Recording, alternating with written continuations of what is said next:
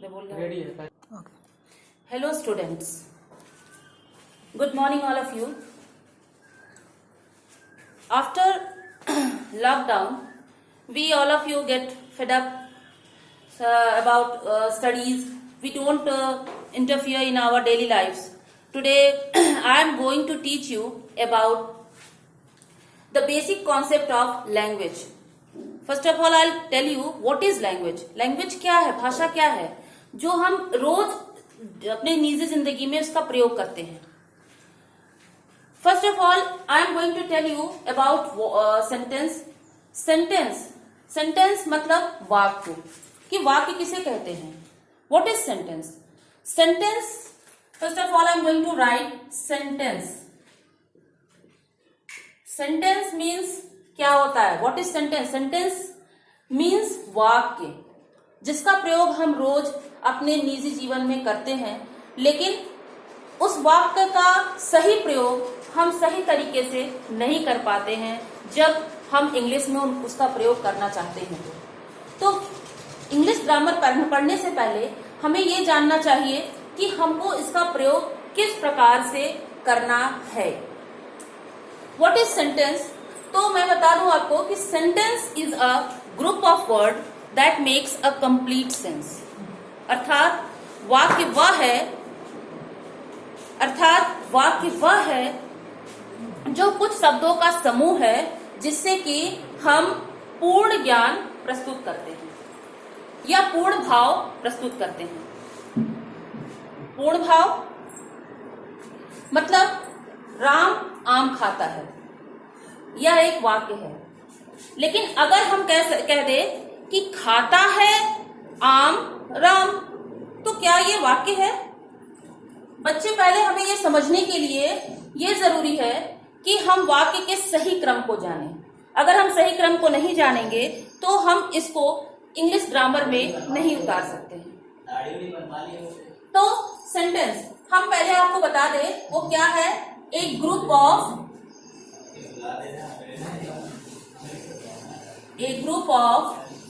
words that depicts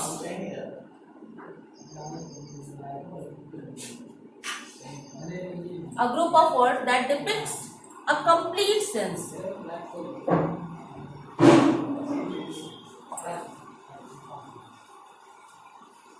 Is called sentence.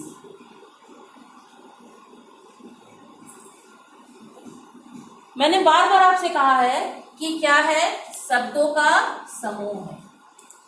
और क्या कहा है कि वह एक पूर्ण ज्ञान या पूर्ण भाव प्रस्तुत करता है. उसे हम क्या कहते हैं, वाक्य कहते हैं. तो हम क्लास 9th पास कर जाते, 8th पास कर जाते, 10th पास कर जाते, 11th 12th पास कर लेते हैं, लेकिन सही असल मायने में हम इस चीज का प्रयोग करना नहीं जान पाते. क्यों.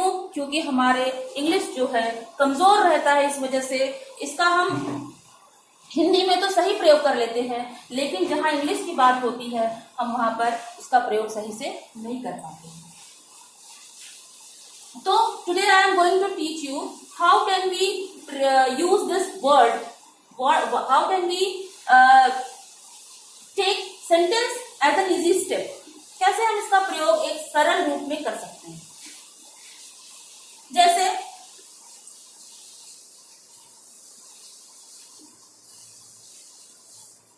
Ram, this is example.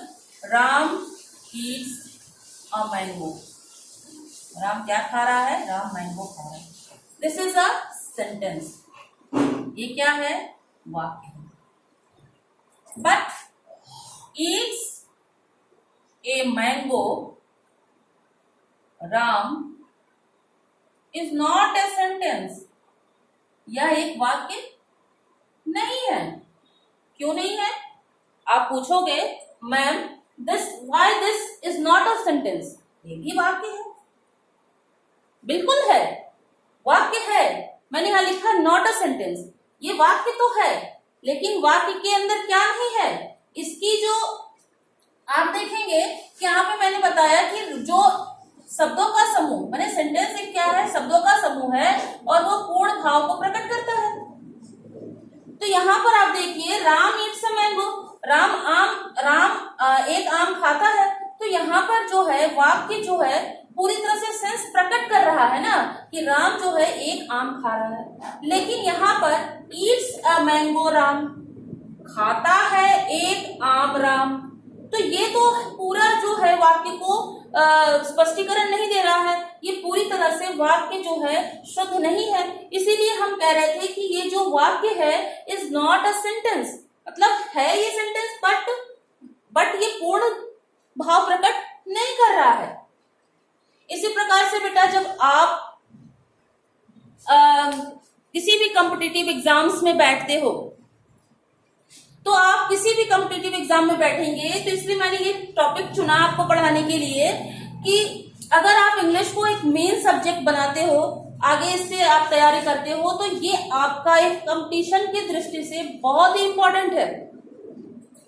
Exams में आते हैं, ऐसा नहीं है कि आएगा ये इजी क्वेश्चंस, इजी सेंटेंस आएगा, ऐसा नहीं है। लेकिन आप अगर इसके सही क्रम को जानेंगे तो आप आसानी से एग्जाम्स में उसको सही कर सकते हैं। मतलब मेरा कहने का मतलब है कि एग्जाम्स में ऐसे सेंटेंस आते हैं जिसमें एरर होता है, माने मिस्टेक्स होते हैं, गलतियां होती हैं, और आप उसको सही क्रम में आपको लगाने के लिए दिया जाता है। अभी तो आपको ये बहुत आसान लग रहा है, लेकिन जैसे जैसे ये वाक्य जो है हम पढ़ते जाएंगे, वैसे वैसे हम इसकी गंभीरता, इसकी गहराई में जाते जाएंगे। हम देख रहे हैं कि एग्जाम्स में जब आता है क्वेश्चन और कॉम्पिटिटिव एग्जाम में, तो मुझे लगता है जब आप दोगे कंपटीशन एग्जाम, कुछ बच्चे पहले से प्रिपेयर करते हैं, तो कोई कॉम्पिटिटिव बुक में आप देखिएगा जो भी वाक्य होते हैं जिसको सही करना रहता है, उसमें आप देखिएगा तो आप एरर उसमें पकड़ नहीं पाते हैं। क्यों? क्योंकि एरर जो है वो आप पकड़ नहीं पाते हैं। क्यों? क्योंकि वो सेंटेंस आपको बिल्कुल सही लगता है, बस क्या कमी है उसमें कि आप जो है उसमें ढूंढ नहीं पाते कि गलतियां कहाँ हैं। बस यही हमें पढ़ना है, और ये बिल्कुल बहुत ही आसान है। मैं आपको बताऊंगी आपको किस प्रकार से आप जान पाएंगे कि ये वाक्य सही क्रम में है या नहीं। ठीक है, पहले देखिए सेंटेंस, पार्ट्स ऑफ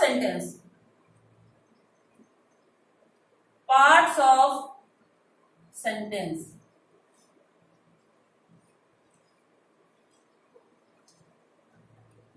देखो बेटा, सेंटेंस के दो ही पार्ट होते हैं। एक होता है आपका नंबर 1 सब्जेक्ट, और दूसरा होता है प्रेडिकेट। सब्जेक्ट का मतलब क्या होता है? What is the meaning of subject? Subject का मतलब होता है कर्ता, और प्रेडिकेट क्या होता है? प्रेडिकेट का मतलब होता है विधेय। यानी हम ये भी कह सकते हैं कि हम अर्थात जिसको कर्म में दर्शाते, जैसे देखिए यहाँ पे राम जो है वो क्या है? राम जो है आपका सब्जेक्ट है, कर्ता है ना, और ईट्स अ मैंगो ये आपका क्या हो गया बेटा? प्रेडिकेट। ठीक है, राम हो गया सब्जेक्ट और ईट्स अ मैंगो हो गया प्रेडिकेट। अब इसमें आप देख सकते हैं जो ईट्स है वो क्या है? ईट्स का मतलब है कि खाता है, यानी खाता है या खा रहा है। तो ये आपको क्या बता रहा है? वर्ब को बता रहा है। मैं बताती जाऊंगी। यहाँ पर राम ईट्स अ मैंगो, यहाँ ईट्स जो है, ईट्स क्या बता रहा है कि ईट्स जो है वो एक क्या है? खाना, मतलब खाता है। ये क्या बता रहा है? कर्म को दर्शा रहा है, मतलब अर्थात काम को बता रहा है। जैसे खाना, पीना, सोना, नाचना, गाना, ये सब क्या है? वर्ब है। ठीक है, तो हमें सबसे पहले ये जानना है कि सेंटेंस जो है एक क्या है? शब्दों का समूह है और जो पूर्ण ज्ञान प्रस्तुत करता है। या पूर्ण भाव को प्रस्तुत करता है। और सब्जेक्ट का एग्जाम्पल ही मैंने बता दिया कि राम एक आम खाता, मतलब राम यहाँ पर क्या हो गया बेटा, सब्जेक्ट हो गया, और ईट्स अ मैंगो क्या हो गया, प्रेडिकेट हो गया। पार्ट्स ऑफ सेंटेंस मैंने बताया कि दो होते हैं, एक होता है सब्जेक्ट और दूसरा होता है प्रेडिकेट। बस इसी को हमको ध्यान में रखना है कि अगर हम इन दो पार्ट्स को जानते रहेंगे तो हम कभी भी एग्जाम्स में, किसी भी एग्जाम्स में अगर हम थोड़ा दिमाग से काम करें तो हम कभी भी किसी प्रकार का कोई एरर या कोई मिस्टेक वाक्य परिवर्तन में नहीं कर सकते हैं। ठीक है, अब मैं आपको चलिए